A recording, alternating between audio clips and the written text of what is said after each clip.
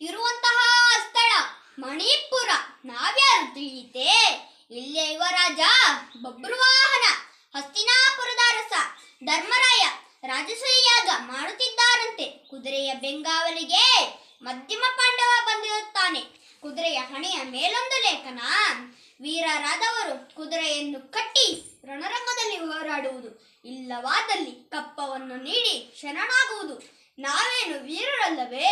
ನಾವು ಕ್ಷತ್ರಿಯರೇ. ಅದಕ್ಕಾಗಿ ಕುದುರೆಯನ್ನು ಹಿಡಿದು ಕಟ್ಟಿರುವೆ.